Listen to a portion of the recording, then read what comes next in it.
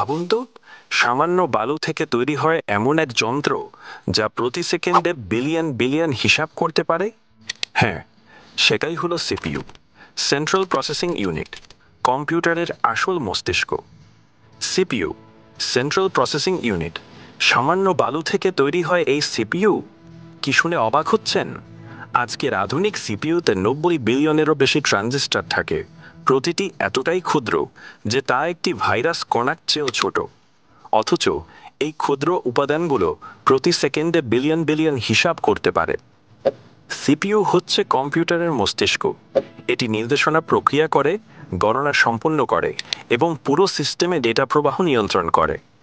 Intel ও এএমডির মতো কোম্পানিগুলো এত উন্নত সিপিইউ তৈরি করে যে এখন আপনার আঙুলের নখের চেয়েও ছোট একটি চিপ সেই সুপার কম্পিউটারের চেয়েও শক্তিশালী যেগুলো প্রথম নভোচারীদের চাঁদে পাঠিয়েছিল। ফুটবল মাঠের থেকেও বড় ক্লিন রুম থেকে শুরু করে মানুষের চুলের চেয়েও হাজার গুণ ছোট ট্রানজিস্টর, প্রতিটি ধাপেই আমরা জানব কিভাবে তৈরি হয় এই ক্ষুদ্র অথচ শক্তিশালী চিপগুলো। সিপিইউ এর ইতিহাস শুরু হয় 1971 সালে, যখন ইন্টেল তৈরি করে বিশ্বের প্রথম মাইক্রোপ্রসেসর ইন্টেল 4004। এই বিপ্লবাত্মক উদ্ভাবন ছোট কিন্তু শক্তিশালী কম্পিউটার তৈরি করার দরজা খুলে দেয়। এরপর আসে ইন্টেল 8086, যা আইবিএম এর প্রথম পার্সোনাল কম্পিউটার 1971 সাল এর ভিত্তি হয়ে ওঠে। এটি কম্পিউটার ইন্ডাস্ট্রিতে এক বিশাল পরিবর্তন আনে। 1980-র দশকে ইন্টেল চালু করে 80286 ও 80386 প্রসেসর, যা গতি ও মাল্টিটাস্কিং ক্ষমতায় অনেক উন্নত ছিল। আইবিএম এই উন্নত চিপগুলো ব্যবহার করে তাদের পার্সোনাল কম্পিউটার বাজার সম্প্রসারিত করে, ফলে সাধারণ মানুষের জন্য কম্পিউটার আরও সহজলভ্য হয়। আজ আমরা দেখব কিভাবে এই পালি ধীরে ধীরে রূপ নেয় একটি অত্যাধুনিক মাইক্রোচিপে, যার ভেতরে থাকে বিলিয়ন ট্রানজিস্টর। সবকিছু শুরু হয় কোয়ার্টজাইট কোয়ার্টজ পাথর থেকে। এটি রাসায়নিকভাবে পরিশোধন করে তৈরি করা হয় অতি শুদ্ধ সিলিকন, যার বিশুদ্ধতা 99.99999%। একে বলে 9N পিউরিটি। এই সিলিকন গলিয়ে তৈরি করা হয় বিশাল সিলিন্ডার আকৃতির ক্রিস্টাল, যাকে বলে ইনগট। এক একটি ইনগটের ওজন হতে পারে 100 কেজিরও বেশি। এরপর ইনগটকে সূক্ষ্মভাবে কেটে বানানো হয় সিলিকন ওয়েফার, যার ব্যাস প্রায় 300 মিলিমিটার আর পুরুত্ব মাত্র 0.75 মিলিমিটার। একটি ক্রেডিট কার্ডের থেকেও পাতলা। একটি ওয়েফারের প্রাথমিক দাম প্রায় $100, কিন্তু যখন এটি সিপিইউ তৈরির ধাপ শেষ করে তখন এর দাম পৌঁছে যায় $1,00,000। এখন ওয়েফারের উপর বসানো হয় একটি বিশেষ আলোক সংবেদনশীল পদার্থ, যাকে বলে ফটোরেজিস্ট। এরপর শুরু হয় এক অবিশ্বাস্য ধাপ, ফটোলিথোগ্রাফি। এই প্রক্রিয়ায় অতিবেগুনি বা ইউভি আলো এক ফটোমাস্কের মধ্য দিয়ে ওয়েফারের ওপর ফেলা হয়, ফলে তৈরি হয় ক্ষুদ্র সার্কিটের নকশা। একটি সিপিইউ তৈরি করতে এই ধাপটি করতে হয় প্রায় 80 বার এবং প্রতিটি ফটোমাস্কের দাম প্রায় $3,00,000। ফটোলিথোগ্রাফির পর আসে এচিং প্রসেস, যেখানে গ্যাস বা রাসায়নিকের সাহায্যে অপ্রয়োজনীয় অংশ সরিয়ে ফেলা হয়, ফলে ওয়েফারের ওপর ক্ষুদ্র চ্যানেল তৈরি হয়, যেখানে ট্রানজিস্টর ও সংযোগ পথ বসানো হবে।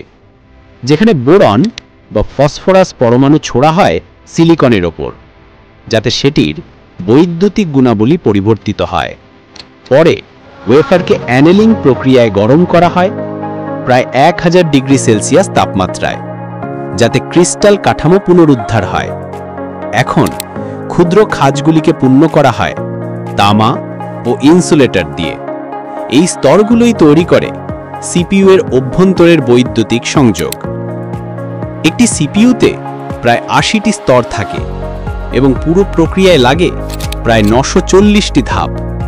প্রতিটি ধাপে ওয়েফার পরীক্ষা করা হয় ইলেকট্রন মাইক্রোস্কোপ দিয়ে, যা ভাইরাসের চেয়েও ছোট বৈশিষ্ট্য দেখতে পারে। একটি ক্ষুদ্র ধূলিকণাও যদি পড়ে, পুরো ওয়েফারটাই নষ্ট হয়ে যেতে পারে। সব ধাপ শেষে ওয়েফার কেটে ফেলা হয় শত শত মাইক্রোচিপ ডায়ে। প্রতিটি চিপ আলাদা করে বসানো হয় সাবস্ট্রেটের ওপর।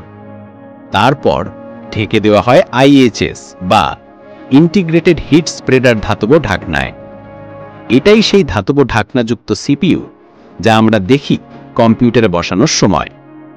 এখন প্রতিটি চিপকে বিভিন্ন টেস্টের মধ্য দিয়ে নেওয়া হয় গতি, তাপমাত্রা ও পারফরম্যান্স যাচাইয়ের জন্য। সব চিপ সমানভাবে ভালো হয় না। যেগুলোর পারফরম্যান্স বেশি সেগুলো হয় কোর i9, আর মাঝারি মানেরগুলো হয় i7 বা i5। এটাকেই বলা হয় বিনিং প্রসেস। এখন সিপিইউ পাঠানো হয় ল্যাপটপ বা ডেস্কটপ প্রস্তুতকারকদের কাছে। সেখানে মাদারবোর্ডে বসানো হয়, আর অন্যান্য উপাদান যেমন র্যাম, জিপিইউ, এসএসডির সঙ্গে যুক্ত হয়। চিপ তৈরিতে প্রচুর পানি ও শক্তি লাগে, তাই এখন কোম্পানিগুলো ব্যবহার করছে ওয়াটার রিসাইক্লিং প্ল্যান্টস ও রিনিউয়েবল এনার্জি। বিজ্ঞানীরা এখন তৈরি করছেন 2 ন্যানোমিটার চিপ, যা মানুষের চুলের ব্যাসের 1 লক্ষ ভাগের 1 ভাগ।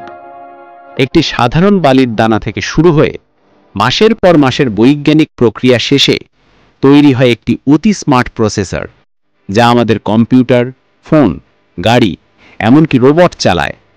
এটাই আধুনিক প্রযুক্তির হৃদয়, দ্য মাইক্রোচিপ। এক মুঠো বালি থেকে শুরু, আর শেষ আমাদের হাতে থাকা পৃথিবীর সবচেয়ে শক্তিশালী যন্ত্রে। ভিডিওটা ভালো লাগলে অবশ্যই চ্যানেলটা সাবস্ক্রাইব করবেন এবং ভিডিওতে একটা লাইক দিবেন। ধন্যবাদ।